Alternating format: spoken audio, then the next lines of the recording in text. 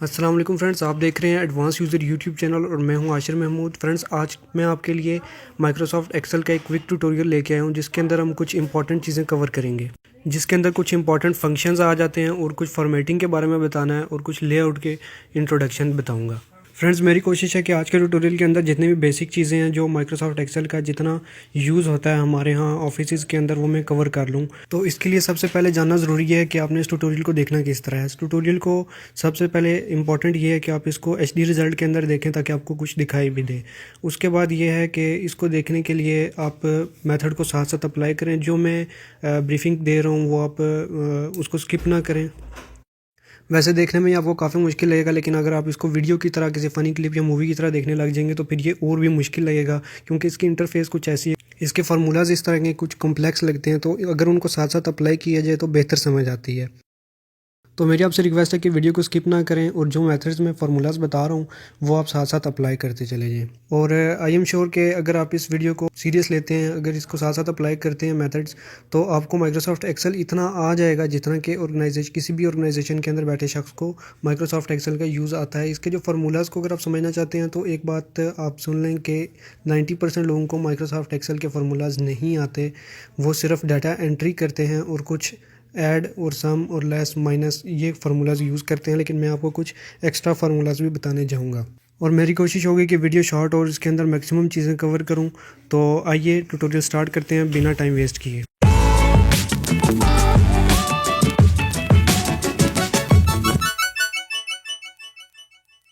तो सबसे पहले इसका ओपन करने का मेथड देख लेते हैं। इसका सबसे पहला मेथड ये है कि आप राइट क्लिक करें, न्यू में जाएं और यहाँ से आप माइक्रोसॉफ्ट एक्सेल वर्कशीट ओपन कर सकते हैं।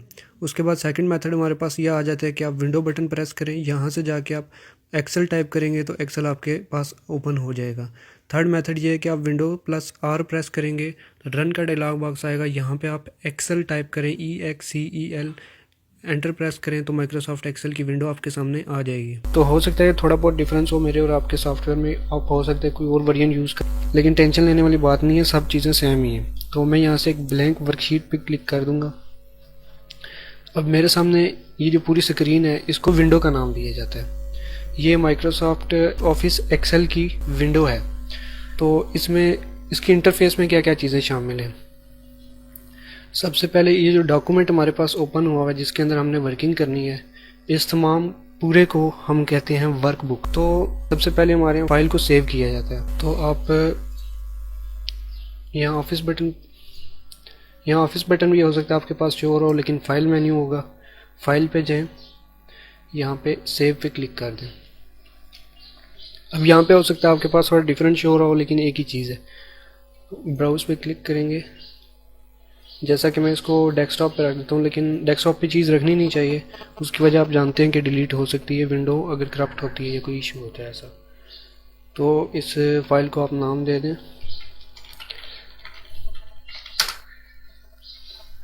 माई वर्कबुक। ये था सेव करने का प्रोसीजर, लेकिन एक चीज़ आ जाती है सेव एज। अब सेव और सेव एज में क्या फ़र्क है। अब देखिए कि अगर मैं इसके अंदर कोई भी डाटा एंटर करता हूँ और फाइल को सेव करता हूँ, जिसकी शॉर्टकट की Ctrl+S, तो फाइल सेव हो जाती है। लेकिन मैंने इस फाइल का एक और डुप्लीकेट बनाना है जिसका मैंने नाम चेंज करना है। अगर ये देखिए इसका नाम है माई वर्कबुक। अगर मैं Ctrl+S प्रेस करता हूँ या फाइल में जाके सेव कर देता हूँ तो ये इसी नाम से सेव हो जाएगी। लेकिन अगर मैं इसका नाम से चेंज करना चाहता हूँ तो फाइल पे जाऊँगा, सेव एज पे जाऊँगा, फिर ये मेरे से दोबारा से पूछेगा कि आप कौन सी जगह इस फाइल को सेव करना चाहते हैं। मैं जगह चेंज भी कर सकता हूँ, किसी भी जगह पे इसको सेव कर सकता हूँ और नया नाम दे सकता हूँ। तो इस तरह से सेव एज और सेव में डिफरेंस है। तो अब जो मेरे पास एक फ़ाइल आई है यहाँ पे जो मैंने सेव की थी, इस पूरी फाइल को हम वर्कबुक का नाम देते हैं। और ये जो नीचे आपके पास शीट शो हो रही है इसको हम नाम देते हैं वर्कशीट का। और ये जो प्लस का बटन है इससे नई वर्कशीट आती है। इस और इस शीट में बिल्कुल डिफरेंस है, ये दोनों अलग अलग शीट्स हैं। इस पे जो काम करेंगे वो इस पे डिस्प्ले नहीं होगा। तो यहाँ तक होगी शीट की बात। अब थोड़ा इंटरफेस की इसकी बात करते हैं। सबसे पहले ये आपको पता है ये क्लोज बटन है, मैक्सिमाइज बटन है, इसके साथ मिनिमाइज है। ये कुछ रिबन को कस्टमाइज़ करने का है। रिबन बेसिकली इस चीज़ को कहते हैं, ये जो सारे टैब्स हैं, फाइल मेन्यू है, होम है, इंसर्ट है, पेज लेआउट है, इन सब को मिलाकर हम एक रिबन कहते हैं। ये एक रिबन बना हुआ है, लड़ी जिसे कहते हैं उर्दू में। तो ये जो एक एक मेन्यू है इसको हम टैब कहते हैं। ये होम टैब है, ये इंसर्ट टैब है, ये पेज लेआउट टैब है। इसके साथ यहाँ पे हमारे पास क्विक बटन्स आ जाते हैं, जिसमें ये अनडू का है, ये रीडू का है, ये सेव का है और ये क्लोज वगैरह का है। तो इस सॉफ्टवेयर की इंटरफेस में बहुत सी चीज़ें हैं जिनको एक्सप्लेन करने में काफ़ी वक्त लग सकता है, और मैं एक्सप्लेन करूँगा जो ज़रूरी चीज़ें हैं उनको, तो टाइम वेस्ट करने वाली बात नहीं करेंगे। तो जो इम्पोर्टेंट चीज़ है वो डिस्कस करते हैं। तो ये आप बॉक्स देख रहे होंगे छोटे छोटे, इस एक बॉक्स को कहा जाता है सेल। हमने एक सेल के अंदर डाटा एंटर करना होता है, और ये सेल अगर इस तरह से देखे जाएं तो इनको कहा जाता है रो यानी हॉरिजॉन्टली, और अगर इनको इस तरह से देखा जाए तो इनको कहा जाता है कॉलम्स यानी वर्टिकली। तो बेसिकली रोज और कॉलम्स को मिलाकर बनती है एक वर्कशीट, और जिस वर्कशीट में हमने काम करना होता है। इसके बाद आप देख रहे होंगे मैं जहाँ पे भी क्लिक करता हूँ यहाँ पे इसका एड्रेस चेंज हो जाता है। तो बेसिकली ये नेम बॉक्स है, हर सेल का एक एड्रेस होता है। इस वक्त अगर मैं यहाँ पे क्लिक करता हूँ तो इस सेल का नाम है A1, ए यहाँ से लिया गया है, 1 यहाँ से लिया गया। अगर मैं यहाँ क्लिक करता हूँ तो इसका नाम आ जाता है E9, यानी इसका जो टॉप से अगर इसको देखा जाए तो ई है, ई कॉलम के अंदर ये मौजूद है और 9th रो के अंदर मौजूद है। इस तरह से सेल को पहचाना जाता है, इस तरह से सेल की शनाख्त की जाती है, उसको लोकेट किया जाता है। और इस पे कैसे काम करते हैं ये आगे चल के बताऊंगा। तो उसके बाद हमारे पास ये स्क्रॉल बटन आ जाता है, जिसके ज़रिए हम स्क्रॉल डाउन स्क्रॉल अप कर सकते हैं। फिर जूमिंग की बात आ जाती है और लेआउट की बात आ जाती है। अक्सर हमारे पास एक इशू आ जाता है, वो ये इशू होता है कि हमें समझ नहीं आती कि हमारी वर्कशीट को क्या हो गया, वो व्यू चेंज हो जाता है। तो यहाँ से हम व्यू को ठीक कर सकते हैं। ये पेज लेआउट व्यू आ जाता है और इसके बाद ये आ जाता है नॉर्मल व्यू। जब भी हम डाटा एंटर करते हैं तो नॉर्मल व्यू के अंदर रख के करते हैं, और उसके बाद ये जूम इन जूम आउट का आ जाता है। अगर ये भी ख़राब हो जाता है और ठीक नहीं हो रहा इस तरह करने से, आप यहाँ 86 पर डबल क्लिक करें, इसको यहाँ पे 100 करके ओके कर दें। तो इस तरह से आपके पास वर्कबुक बिल्कुल सेट हो जाती है और आप इस पोजीशन में के डाटा एंटर कर सकते हैं। इसमें हम कुछ डाटा एंट्री का वर्क कर लेते हैं ताकि इसके समझ सकें कि इसमें डाटा एंट्री किस तरह करनी है और फॉर्मेटिंग किस तरह करनी है। जिस भी सेल के ऊपर आप क्लिक करेंगे तो इसके साइड में एक बॉर्डर सा आ जाता है, थिक लाइंस आ जाती है। इस सेल को हम एक्टिव सेल कहते हैं। तो फर्स्ट सेल को एक्टिव करें और इसके अंदर आपने टाइप करना है, मैं हेडिंग टाइप कर रहा हूँ एक,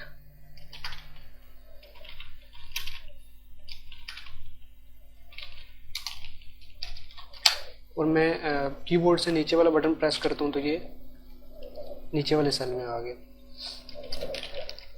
टैब बटन प्रेस करने से ये नेक्स्ट सेल में जाता है। आइटम टाइप किया, टैब का बटन प्रेस किया, नेक्स्ट सेल में चला गया। यहाँ पे quantity, style, type, unit cost और कॉस्ट। यहाँ कॉस्ट लिखने के बाद मैंने एंटर प्रेस किया तो नीचे वाले सेल में आया। एंटर प्रेस करने से नीचे वाले सेल में जाता है, टैब प्रेस करने से नेक्स्ट सेल में, और कीबोर्ड के एरो कीज से भी इसको चेंज किया जा सकता है सेल।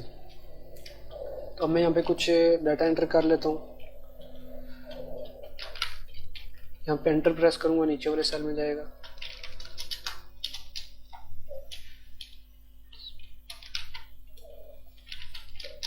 अगर आप पुराने सेल में एडिटिंग करना चाहते हैं तो इसके ऊपर क्लिक करेंगे और यहाँ पे अपने डबल क्लिक करना है, तब ये एडिटेबल हो जाएगा। एडिटिंग करने के बाद एंटर करेंगे तो दोबारा ठीक हो जाएगा।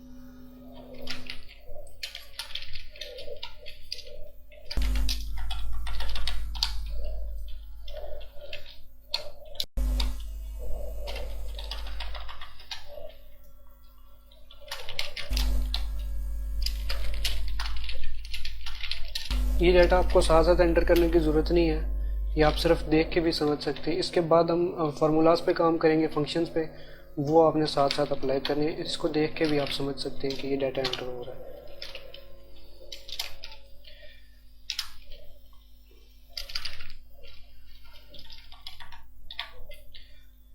टाइप के अंदर मेटल,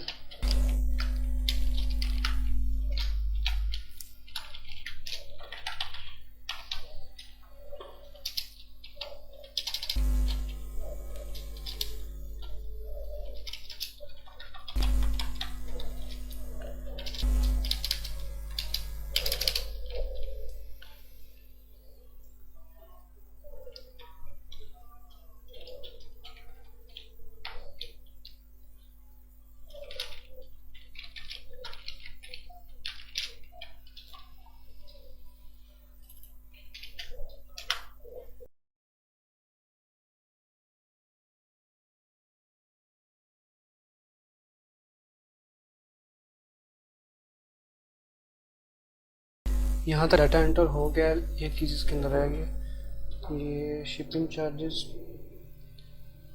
500, 200 और टोटल अमाउंट यहाँ पे लिखनी है। तो अब इसकी हमने फॉर्मेटिंग करनी है। ये था डाटा एंट्री का प्रोसेस। फॉर्मेटिंग कहते हैं इसको स्टाइलाइज करना, इसको खूबसूरत बनाना ताकि देखने में ये आसानी भी हो इसको देखने में। फॉर्मेटिंग इसलिए की जाती है ताकि देखने में अच्छा लगे और समझने में आसानी हो, यानी आई अट्रैक्टिव बनाने के लिए इसको फॉर्मेटिंग की जाती है। तो ये वो सेल है जिसके अंदर मैंने लिखा हुआ यूनिक जरूरी प्रतीक, इसके ऊपर मैंने फॉर्मेटिंग अप्लाई करनी है। तो ये वो सेल सेलेक्टेड है जिसका मैंने साइज चेंज करना है। तो अब सपोज करें इसका फ़ॉन्ट स्टाइल मैंने रखना है कोई फैंसी सा, जैसे अल्जेरियन होता है। बेशक ये यहाँ पे सूट नहीं कर रहा, लेकिन एक एग्जांपल है, आप यहाँ पे से और भी चूज़ कर सकते हैं।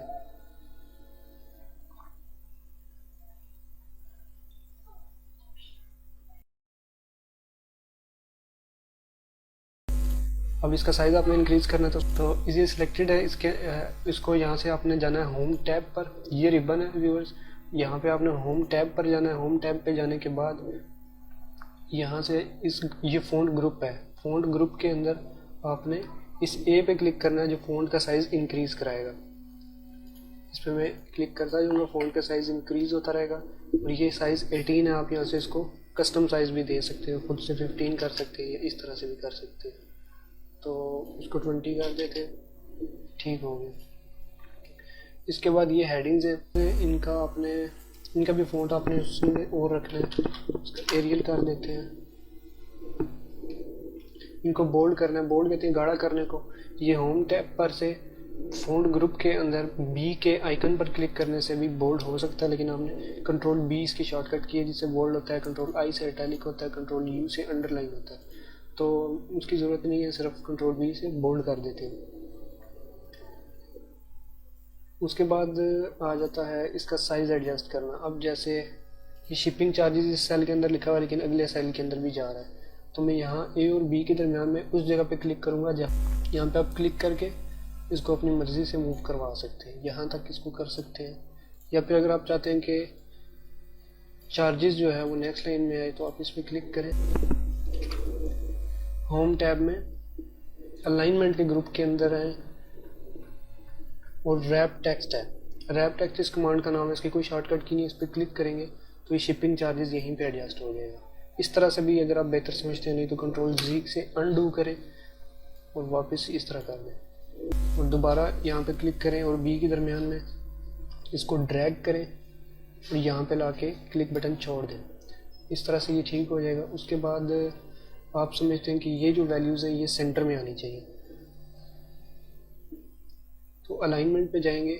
ये अलाइनमेंट में से सेंटर वाला सिलेक्ट करेंगे, आप क्लिक करेंगे तो ये सेंटर में आ जाएंगी। या फिर इनको राइट अलाइन करना चाहते हैं या लेफ़्ट अलाइन करना चाहते हैं तो इस तरह से आप कर सकते हैं। सपोज करते हैं इनको सेंटर में रख लेते हैं या इनको लेफ़्ट अलाइन कर लेते हैं। अब यहाँ पे इन सेल्स का साइज़ एडजस्ट करना है। इसको मैं यहाँ पे डबल क्लिक कर दूँ, ऑटोमेटिक एडजस्ट कर देगा। ये यूनिट कॉस्ट, इसको भी मैं यहाँ पे डबल क्लिक करता हूँ, ये भी ऑटोमेटिक एडजस्ट हो जाएगा। इसके बाद अब मैंने इसको बॉर्डर अप्लाई करना है, तो जितने वर्क को मैंने बॉर्डर अप्लाई करना है, जितने एरिया को, इसको मैं आइटम पे क्लिक करूँगा, यहाँ पे प्लस का साइन आ रहा है, यहाँ पे क्लिक करके रखूँगा और इसको ड्रैग कराऊँगा। अभी मैंने क्लिक किया हुआ, छोड़ा नहीं है, यहाँ पे मैं क्लिक को छोड़ देता हूँ। अब ये सिलेक्टेड है तो होम टैब के ऊपर आता हूँ, यहाँ से मैं बॉर्डर चूज़ कर सकता हूँ। ये साथ इसके ड्रॉप डाउन एरो है, इस पर क्लिक करता हूँ, यहाँ पे मैं ऑल बॉर्डर्स पे क्लिक करता हूँ। तो इसके हर तरफ साइडों पे, टॉप पे, लेफ़्ट राइट हर तरफ बॉर्डर आ गए। अभी ये जो हेडिंग है इनको आप सेंटर लाइन कर दें, अभी एक जैसी नज़र आएंगी। उसके बाद आप इनको कलर कर सकते हैं। ये सब कुछ फॉर्मेटिंग के अंदर आता है।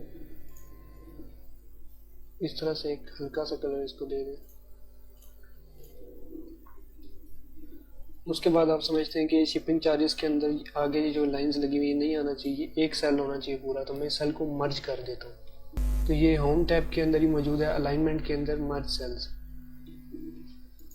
इस पर मैं क्लिक करता हूँ। उसके बाद टैक्स वाले को भी मर्ज करना है, टोटल अमाउंट वाले को भी मर्ज करना है।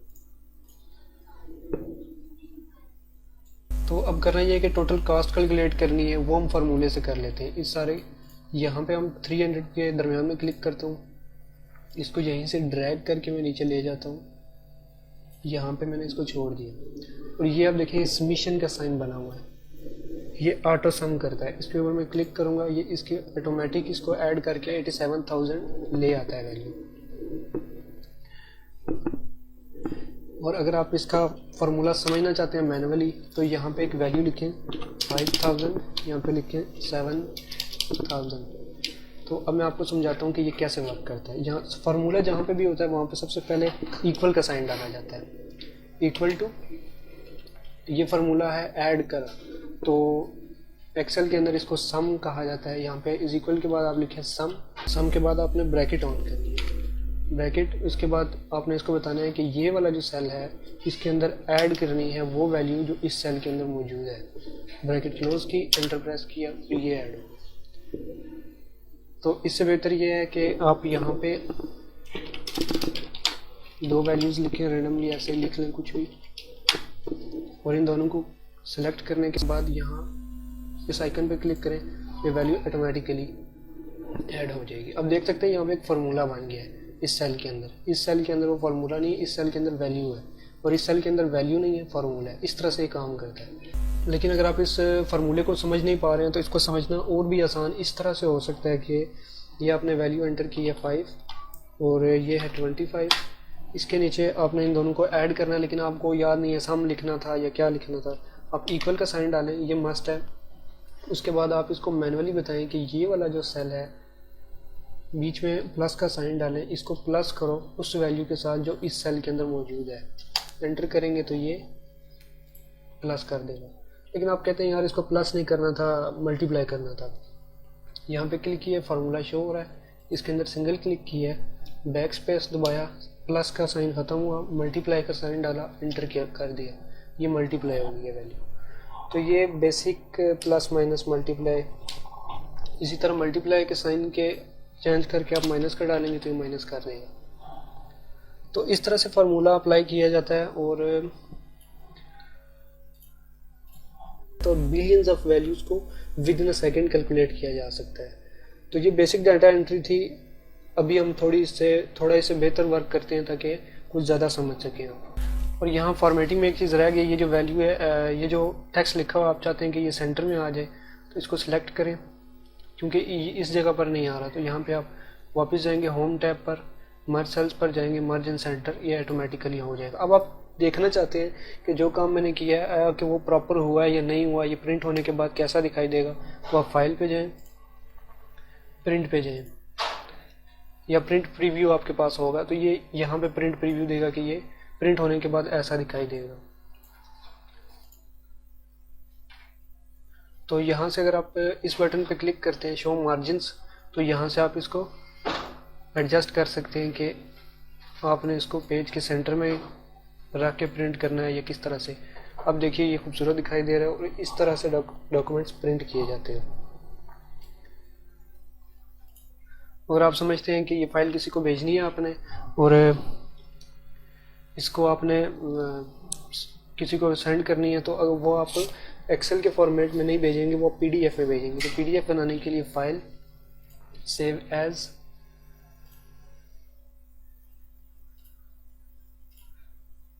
डेस्टिनेशन फोल्डर सेलेक्ट करें, सपोज करते हैं डेस्कटॉप पे सेव करता हूँ, फाइल नेम एंटर करें, उसके बाद यहाँ पे आ जाएं, यहाँ से पीडीएफ फॉर्मेट सेलेक्ट करें और यहाँ पे सेव पे क्लिक करेंगे तो ये पीडीएफ बन जाएगी जो एडिट नहीं की होती। इसमें समझने वाली एक और चीज़ आ जाती है, वो ये है कि यहाँ पे आपने ये सारा काम कंप्लीट कर लिया है, जब आप प्रिंट करने लगे हैं तो आपको फिर पता चला है, फिर ऑर्डर है आपको कि इसके साथ आपने सीरियल नंबर देना था। अब कैसे ऐड किया जाए, तो आप इस कॉलम पे, फर्स्ट कॉलम पे यहाँ पे राइट क्लिक करें, इंसर्ट पे जाएं और ये ऑटोमेटिक यहाँ पे एक कॉलम ऐड करवा देगा। लेकिन यहाँ पे आप हेडिंग किस तरह देनी है, यहाँ पे मैं लिखूँगा, ये बहुत कमाल की ट्रिक बताने जा रहा हूँ, इसको ज़रा गौर से देखें। सीरियल नंबर मैंने लिखा, एंटर प्रेस किया, नीचे आ गया, यहाँ पे मैंने टाइप किया है 1 2, बस इससे आगे टाइप नहीं करना। अब यहाँ पे दरमियान में लेके जाएं कर्सर, प्लस का साइन आया हुआ है, इस तरह से ड्रैग किया, अभी दोनों सिलेक्टेड है। अब ये साइड पे आ जाए, यहाँ पे इसके कोने पे एक छोटा सा डॉट बना हुआ है, नोड कहते हैं इसको। यहाँ पे जब लेके जाते हैं तो प्लस बना हुआ आ जाता है, इस प्लस को क्रॉस हेयर कहा जाता है। जब ये क्रॉस हेयर बन जाएगा तो इसको आपने क्लिक करना है और नीचे तक ले आना है, ये ऑटोमेटिक काउंटिंग कर देगा। या फिर आप कंट्रोल जी करें ताकि वापस अंडू हो जाए, और इसको डबल क्लिक करें तब भी ये अपने आप नीचे तक ले आएगा। लेकिन जो आइटम्स हैं वो यहाँ तक हैं, आई थिंक हेयर क्रोम तक। इन दो को हम सेलेक्ट करता हूँ और फिर डिलीट प्रेस कर देता हूँ। अब यहाँ पे फॉर्मेटिंग हुई भी है, यहाँ पे नहीं हुई। अगर मैं प्रिंट करूँगा तो फिर ये देखने में कुछ ऐसा लगेगा। इसको भी मैंने ठीक करना है। इसको ठीक करने के लिए अब सीरियल नंबर पे मैं वापस जाऊँगा, मुझे नहीं याद मैंने टेक्स्ट साइज़ कितना रखा था आइटम का, इसको सेंटर अलाइन किया था और पता नहीं क्या क्या किया था। तो मैं आइटम पे आता हूँ, सिंपली यहाँ पे फॉर्मेट पेंटर पे एक मतलब क्लिक करता हूँ और दोबारा सीरियल नंबर पे क्लिक कर देता हूँ। तो जो भी मैंने फॉर्मेटिंग इस पर अप्लाई की थी वो ऑटोमेटिकली कॉपी होकर इस पर अप्लाई होगी। ये बहुत कमाल की ट्रिक है, इसे ज़रूर ट्राई करें। इसकी 2 बार प्रैक्टिस करेंगे आपको समझ आ जाएगी। उसके बाद यहाँ पे आपने इन सबको सिलेक्ट करें और होम टैब के अंदर बॉर्डर पे जाएं और यहाँ पे सिंपली ऑल बॉर्डर्स पहले से ही आया हुआ है, क्लिक करेंगे ऑल बॉर्डर्स लग जाएंगे। तो अब फाइल में जाएं, प्रिंट पे जाएं, इसका प्रिंट प्रीव्यू देख सकते हैं। इसको एडजस्ट करवाना चाहिए, करा सकते हैं। और एक चीज़ जो मुझे पहले बतानी चाहिए थी मैंने नहीं बताई, लेकिन प्रिंटिंग के लिए ज़रूरी है, वो ये है कि पेज लेआउट टैब के अंदर जाएं। यहाँ से आप सेट कर सकते हैं कि आप किस पेज पे काम कर रहे हैं, इसका साइज़ कितना है।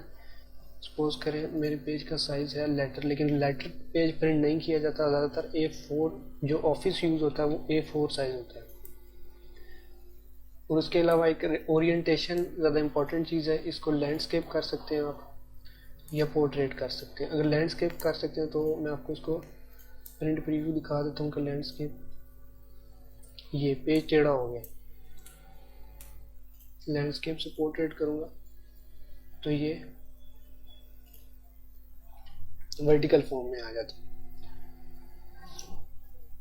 तो अब डाटा को डिलीट करना है तो इस सारे को आप यहाँ से इस तरह से सिलेक्ट करेंगे, होम टैब के अंदर जाएंगे, लास्ट पे एडिटिंग का ग्रुप है, इसके अंदर आप जाएंगे क्लियर पे और क्लियर ऑल करेंगे तो सब कुछ क्लियर हो जाएगा। कंट्रोल जी करें, यहाँ पे आप देखें क्लियर कंटेंट्स भी है, सिर्फ कंटेंट्स डिलीट होंगे, फॉर्मेटिंग जो सेल्स की थी वो उसी तरह है। फिर कंट्रोल जी करें। इसके अलावा आप देख सकते हैं क्लियर फॉर्मेट्स है, अगर ये करेंगे तो टेक्स्ट सारे का सारा प्लेन हो जाता है। फिर कंट्रोल जी करें। अब मैंने कंट्रोल जी किया, मुझे लगा जो मैंने कंट्रोल जी किया था, जो पहले मैंने कमांड लगाई थी वही ठीक थी, कंट्रोल जी नहीं करना चाहिए था, तो कंट्रोल वाई करें, वही चीज़ दोबारा अंडू हो जाएगी। तो मैं इस सारे को क्लियर कर देता हूँ, क्लियर ऑल।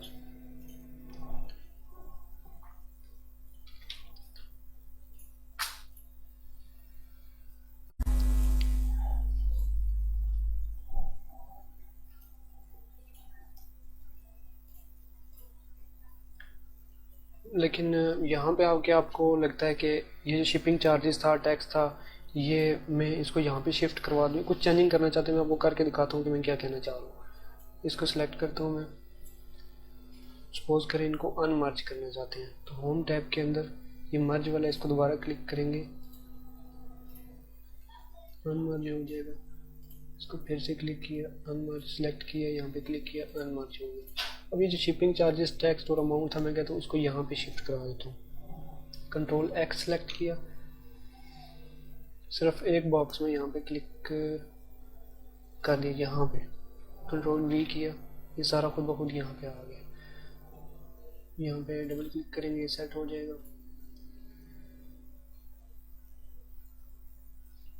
इसके बाद यहाँ पे आप बॉर्डर लगाना चाहते हैं तो ऑल बॉर्डर्स करेंगे।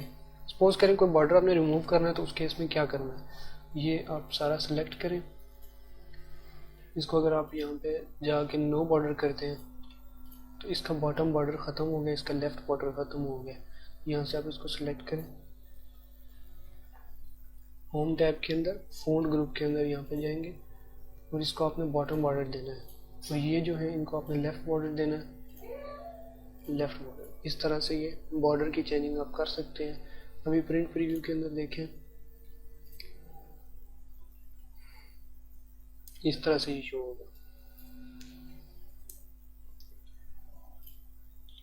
फ्रेंड्स, यहाँ तक जो काम था वो डाटा एंट्री का था, लेकिन अभी एक्सेल के फार्मूला जहाँ पे यूज़ करने की बात आती है तो एक्सेल यूज़लेस है इस मामले में, क्योंकि ये काम तो वर्ड के ऊपर भी हो सकता था, तो इसमें एक्सेल का क्या कमाल है। तो अब आपको दिखाता हूँ एक्सेल का क्या कमाल होता है। तो बेसिकली हम बनाने जा रहे हैं एक रिज़ल्ट कार्ड,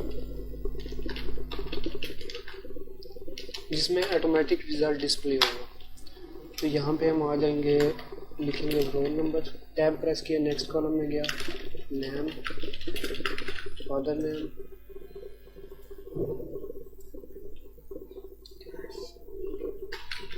क्लास,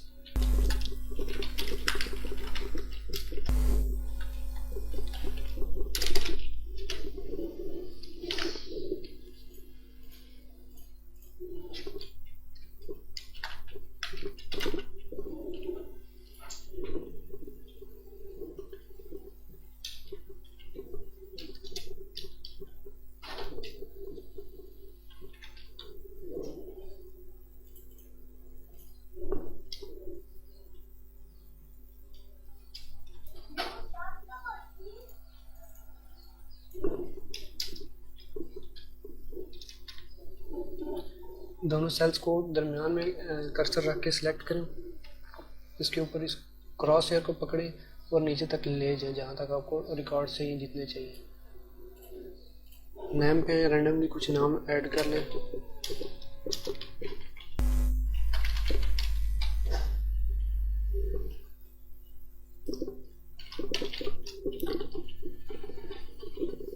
तो एक चीज़ आप नोट कर रहे होंगे कि मैं इसके अंदर फॉर्मेटिंग अभी अप्लाई नहीं कर रहा, मैं सिर्फ डाटा एंट्री कर रहा हूँ।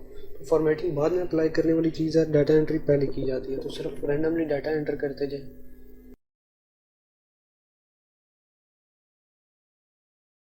क्लास का मैं इसमें से नहीं रखना चाह रहा, मैं डिलीट करना चाह रहा हूँ। तो इस पूरे सेल को आप सेलेक्ट करेंगे, पूरे कॉलम को राइट क्लिक करेंगे, डिलीट कर देंगे, तो ये डिलीट हो गया।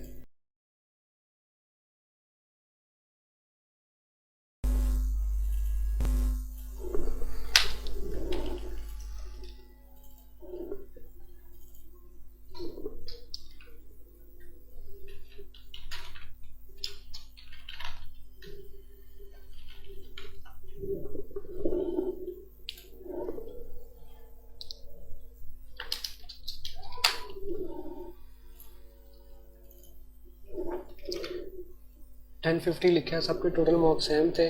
तो इस क्रॉस हेयर पे मैंने डबल क्लिक किया तो ये ऑटोमेटिक अप्लाई हो गया। अब वो 10 मार्क्स जो हैं वो सबके डिफरेंट हैं, जैसा कि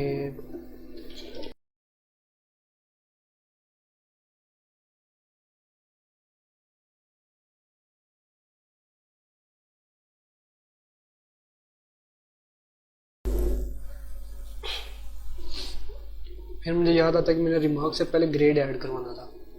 तो मैं इस पर राइट क्लिक करता हूँ, इंसर्ट पे क्लिक करता हूँ, यहाँ पे एक आ जाएगा नया, तो यहाँ पर मैं ग्रेड लिखता हूँ, ग्रेड आ गया। तो अब मैं चाहता हूँ कि ग्रेडिंग और रिमार्क्स जो हैं,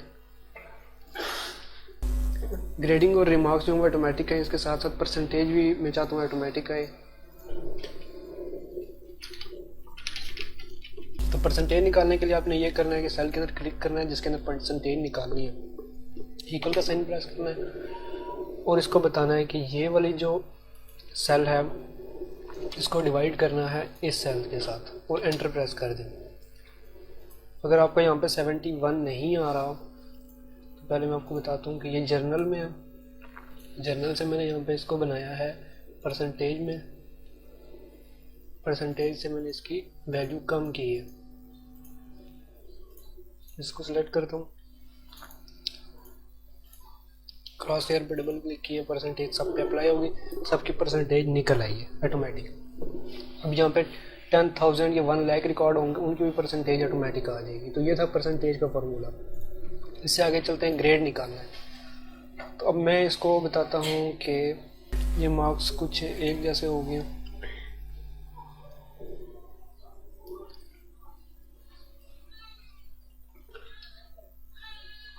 अब देखें कि मैं पीछे वैल्यू चेंज करता हूँ तो आगे ये खुद ब खुद चेंज हो जाती है। तो मैं थोड़ा डिफरेंस पैदा करने के लिए मैं इसके अंदर थोड़ी चेंजिंग करूँगा।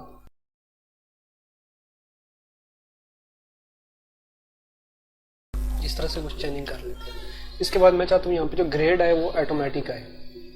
फ्रेंड्स मैं एक बार फिर आपको बताता चलूँ कि यहाँ से आगे जो वीडियो है वो आपने साथ साथ मेथड को अप्लाई करना है। वीडियो देखने से आप नहीं समझ पाएंगे, आपके दिमाग में कोई बात नहीं जाएगी, कुछ समझ में नहीं आएगा, मुश्किल लगेगा। तो इसको स्टार्ट करते हैं। सबसे पहले आपने इक्वल का साइन डालना है और इसको साथ साथ अप्लाई करते हैं। और इक्वल का साइन डालने के बाद आपने इफ़ लिखना है, अगर इफ़ के बाद ब्रैकेट ऑन करनी है और यहाँ पे लिखना है, इसको सिलेक्ट करना है।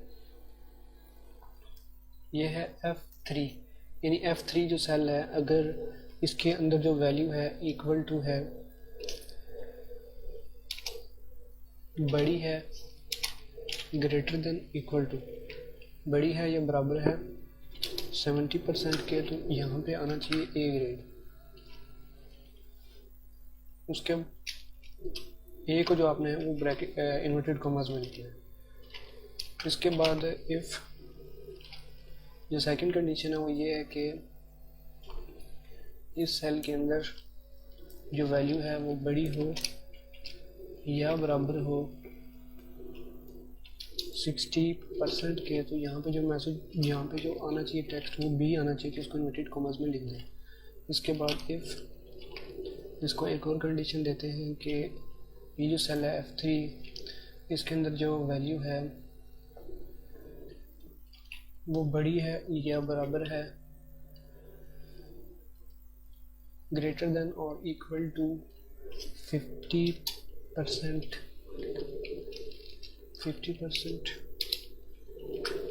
देन यहाँ पे आना चाहिए सी आपने इन्वर्टेड कॉमास में ही लिखना है। फिर यहाँ पे आपने इसको एक और कंडीशन बतानी है कि इफ़ ब्रैकेट ऑन F3 आप टाइप भी कर सकते हैं। F3 के अंदर जो वैल्यू है वो है ग्रेटर देन और इक्वल टू 40%, तो यहाँ पे आना चाहिए डी। और उसके बाद आखिरी कंडीशन इसको बतानी है कि इफ़ अगर ये जो सेल है इसकी जो वैल्यू है वो कम हो 40% से, यानी अगर किसी के मार्क्स 40% से कम हो तो तुमने क्या कहना, तुमने यहाँ पे क्या डिस्प्ले करना है, तुमने डिस्प्ले करना है F, उसका ग्रेड F बताना है। तो अब यहाँ पे ब्रैकेट्स क्लोज करनी है। ब्रैकेट हमने लगाई कितनी है, 1 2 3 4 5 ब्रैकेट्स लगाएंगे, 2 3 4 लगाएंगे। जैसे मैं 5वीं लगाऊंगा वो इसको बोल्ड कर देगा, गाढ़ा करके कन्फर्म करेगा कि फार्मूला ठीक हो गया, ब्रैकेट्स ठीक हो गई ये चीज़। अब एंटर करें, ये ए ग्रेड आ गया। यहाँ से आप इसको पकड़ के भी ड्रैग करवा सकते हैं और डबल क्लिक भी कर सकते हैं इस क्रॉस हेयर पे, तो ये फार्मूला सब पे अप्लाई हो गया। ये था ग्रेड का फार्मूला जो ऑटोमेटिक बताता है। इसको आप ड्रैग करके 1000 ऑफ वैल्यूज़ में ले जाएं तो तब भी ये आपको बिल्कुल एक्यूरेट सेट करके दे देगा। इसके बाद आ जाता है रिमार्क्स। फ्रेंड्स रिमार्क्स के अंदर में लिखना है पास या फेल, तो मैं यही चाहता हूँ कि वो भी ऑटोमेटिक लिखा जाए। मैं किस तरह फेल लिखूँगा किसी के आगे और किस तरह पास लिखूँगा तो बहुत ज़्यादा वैल्यूज़ होंगी, तो फिर इसमें एरर के चांसेस होते हैं। तो मैं इक्वल का साइन डालूंगा फार्मूला स्टार्ट करने के लिए। इफ़ लिखूँगा अगर, तो यहाँ पे इफ़ एंड का फार्मूला है ये। इफ़ और का फार्मूला है। इफ़ और का फार्मूला इस तरह है कि मैं आपको साथ साथ बताता हूँ कि ये जो सेल है इसके अंदर आने वाली वैल्यू इक्वल है ए के, और इसलिए कहा जाता है कि अगर मैं कोमा लगाऊंगा तो ये अगला लॉजिक है, यानी अगर ये बात नहीं है तो फिर ये बात है, या फिर इसके अंदर मौजूद वैल्यू बराबर है इन्वर्टेड कॉमा में बताएं बी के। और का मतलब जैसे उर्दू का लफ्ज़ है या फिर ए या बी, और या फिर इसको बताना है कि ये जो वैल्यू है सेल है इसके अंदर आने वाली वैल्यू अगर तो सी है, यानी ये सब सूरतें जब होंगी तो यहाँ पे तुमने बताना है पास। तो अगर A B C D grade है, तुमने पास का यहाँ पे टाइप करना है ऑटोमेटिक। तो अभी मैं इसको ये बता चुका हूँ कि अगर ग्रेड ए है, बी है, सी है, अभी बात मुकम्मल नहीं हुई, अभी मैं इसको बता रहा हूँ कि अगर ग्रेड ए है, बी है, सी है, या फिर इसमें आने वाला टेक्स्ट यहाँ पे डी है, तो यहाँ पे यहाँ तक बात मुकम्मल हुई कि अगर फिर से देख लें कि इफ़ यहाँ पे ब्रैकेट ऑन की और, यानी मल्टीपल लॉजिक्स दे रहा हूँ। पिछले फार्मूला में और नहीं यूज़ किया था क्योंकि सिंगल लॉजिक था, यहाँ पे और लगाया, यानी G3 जो सेल है इसके अंदर ए है, बी है, या सी है, या डी है। तो इन सब सूरतों में इसको क्लोज करके तुमने बताना है, यहाँ पे मैसेज डिस्प्ले करना है पास, और पास में इन्वर्टेड कॉमास में लिखा है। अदरवाइज तुमने यहाँ पे लिख देना फेल। फार्मूला को एक बार समझ लीजिए, इफ और ब्रैकेट ओपन, यहाँ तक फार्मूले का इससे आगे समझने वाली बात है कि G3 जो सेल है, यानी G ये इस तरह से G है और 3 यहाँ से, G3 में ये वाला सेल आ जाता है, सेल का एड्रेस है। G3 जो सेल है इसके अंदर अगर वैल्यू A है, B है, C है, D है, तो तुमने इस सूरत में लिखना है पास। और अगर A B C D के अलावा क्या आता है, F है, अगर ग्रेड F है तो तुमने बताना है फेल है। तो यहाँ पे हमने ब्रैकेट्स क्लोज करनी है। ब्रैकेट हमने ओपन कितनी की थी, एक तो क्लोज भी हुई है ना, इसको मैं क्लोज करता हूँ, ये बता देगा। एक ही ब्रैकेट चाहिए थी, पास। इसको सेलेक्ट करता हूँ, यहाँ पे डबल क्लिक करता हूँ, तो इसने ऑटोमेटिक बता दिया कि ये वाला फेल है और ये वाला पास है। तो ये था रिजल्ट कार्ड बनाने का तरीका, और इसके अंदर हमने 2 फार्मूला सीखे हैं, एक इफ़ का सीखा है और एक इफ़ और का लगाया है फार्मूला। तो ये जो ट्यूटोरियल था इसके अंदर मैंने फॉर्मेटिंग इसके अंदर इतनी नहीं की, आपको पिछले ट्यूटोरियल में बताया कि फॉर्मेटिंग कैसे की जा सकती है। इसको सिलेक्ट करें, ग्रेटर देन का प्रेस करें और इसको यूँ सेलेक्ट करके आप यहाँ से इसको मर्ज करवा दें, कंट्रोल B करें, बोल्ड हो जाएगा। यहाँ पे इस सब को सिलेक्ट करें। ये आम चीज़ें ये बंदा छेड़ के सीख सकता है, जो सीखने वाली चीज़ है वो फंक्शन है। तो अभी मैं होम टैब के अंदर हूँ, फ़ॉन्ट ग्रुप के अंदर, इसको सिलेक्ट करें, यहाँ पे ऑल बॉर्डर्स करेंगे, सबके सब पे बॉर्डर अप्लाई हो जाएगा। वैल्यूज़ अगर सेंटर में लाना चाहते हैं या राइट लाइन करना चाहते हैं, इसको सिलेक्ट किया, कंट्रोल L किया, ये लेफ़्ट, सॉरी इसके अंदर कंट्रोल L नहीं होगा। यहाँ पे आप अलाइनमेंट के होम टैब के अंदर अलाइनमेंट पे जाएंगे, इस पर क्लिक करेंगे, सारी लेफ्ट पे चली जाएंगी। इस तरह से अगर आप ये पास फेल जो डिस्प्ले कराना चाहते हैं, सेंटर में कराना चाहते हैं, सबको सिलेक्ट करेंगे और होम टैब के अंदर अलाइनमेंट में जाके सेंटर पे क्लिक करेंगे तो ये टेक्स्ट सेंटर में डिस्प्ले हो जाएगा। तो ये मामूली सी चीज़ें ये फॉर्मेटिंग में आसानी से सीखी जा सकती है। इसको सिलेक्ट करना है होम टैब के अंदर, यहाँ से इसको हल्का सा शेडो जैसा कलर दे देना है। यहाँ पे आप F और E और F के दरमियान में जो कर्सर चेंज हो जाता है, यहाँ पे डबल क्लिक करेंगे, ये अपने आप इसकी साइज़ को एडजस्ट कर देगा। मैनुअल एडजस्ट करने के लिए इसको क्लिक करके रखेंगे और जहाँ छोड़ेंगे वहाँ तक एडजस्ट कर देगा। गलती होगी इसको ठीक करना है, कंट्रोल Z करें, गलती ठीक हो जाएगी। तो ये जो प्रोसेस था, यहाँ पे डबल क्लिक करेंगे, बिल्कुल ठीक हो जाएगा। तो ये जो प्रोसेस था, ये फार्मूलाज बेसिक फार्मूलाज थे। इससे आगे चल के अब मैं थोड़े कॉम्प्लेक्स फार्मूलाज बताने लगा हूँ जो काफ़ी टफ है, जो यूट्यूब पे मैंने खुद नहीं देखे, बहुत ही मुश्किल फार्मूलाज हैं, उनको मैं आपको बताने जा रहा हूँ। तो फ्रेंड्स, ये एक क्विक ट्यूटोरियल था माइक्रोसॉफ्ट एक्सेल का, जिसके अंदर मैंने मैक्सिमम चीज़ें कवर की हैं। अगर आप इसको ध्यान से कर लेते हैं तो आप इस बात के लिए कॉन्फिडेंट हो जाएंगे कि आप माइक्रोसॉफ्ट एक्सेल के अंदर कोई भी टास्क परफॉर्म करने के लिए तैयार हैं, कोई भी असाइनमेंट बना सकते हैं और बेसिक फार्मूलाज लगा सकते हैं। इसके बाद कुछ कॉम्प्लेक्स फार्मूलाज आते हैं, काफ़ी मुश्किल किस्म के, तो वो मैं नेक्स्ट वीडियो के अंदर इंक्लूड करूँगा, और वो मैं इस सूरत में बनाऊँगा कि अगर आप लोगों ने इस वीडियो के ऊपर कोई रिस्पांस दिया, कोई फीडबैक आई, कोई व्यूज़ मिले, तो उस सूरत के अंदर मैं आगे कंटिन्यू करूँगा। नहीं तो ये ट्यूटोरियल यहीं पे कंप्लीट होता है, एक ही वीडियो के अंदर MS एक्सेल क्लोज़ हो जाता है। उम्मीद करता हूँ आपको आज का ट्यूटोरियल पसंद आएगा। मज़ीद वीडियोज़ के लिए मेरे चैनल को सब्सक्राइब करें और एंड्रॉयड ट्रिक्स के लिए सुपर यूज़र को सब्सक्राइब करें। जल्दी आपके लिए एक नया ट्यूटोरियल लाऊँगा, तब तक के लिए अल्लाह हाफिज़।